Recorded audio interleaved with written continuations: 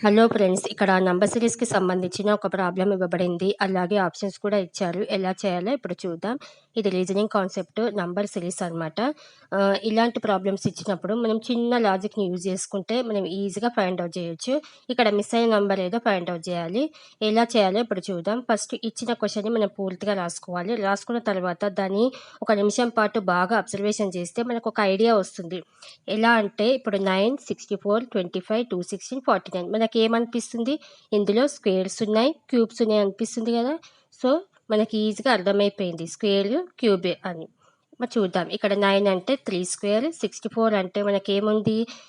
ఎన్ని squares, cubes మనకి ఏ idea వస్తే అది రాసుకోవాలి. 64ని 8 స్క్వేర్‌గా రాసుకోవచ్చు, 4 క్యూబ్‌గా రాసుకోవచ్చు. 2 విధాలుగా వస్తుంది. స్క్వేర్ వస్తే స్క్వేర్ రాసుకుందాం, క్యూబ్ వస్తే క్యూబ్ రాసుకుందాం. మనకు అన్నీ రాసుకున్న తర్వాత మనకొకటి లాజిక్ అనేది తెలిసిపోతుంది. 25 అంటే 5 స్క్వేర్, 216 అంటే 6 క్యూబ్ వస్తుంది. 6 క్యూబ్. ఇప్పుడు ఇక్కడ చూద్దాం. స్టార్టింగ్ నుంచి చూద్దాం.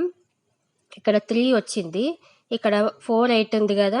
8 క్యాన్సల్ చేసుకుందాం. 3, 4 నెక్స్ట్ 5, 6 అంటే న్యాచురల్‌గా కంటిన్యూ నంబర్స్ వచ్చాయి. ఇప్పుడు 7 రావాలి. ఇక్కడ cube, square, cube, square, cube. ఇక్కడ స్క్వేర్ వస్తుంది. 49 అంటే 7 స్క్వేర్ కదా! నెక్స్ట్ 8 క్యూబ్ రావాలి. 8 క్యూబ్ మనం డైరెక్ట్‌గా రాసేసుకుందాం. 3, 4, 5, 6, 7, 8 square, cube, square, cube, square, cube. మన చిన్న లాజిక్ అర్థమైంది గదా!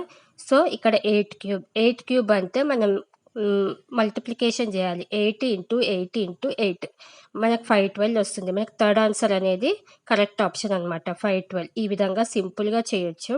ఫస్ట్ మనం ఇచ్చిన క్వెషన్ రాసుకొని అవి స్క్వేరింగా, క్యూబింగా మనం ఈజీగా ఫైండ్ ఔట్ జేయొచ్చు. Thank you for watching.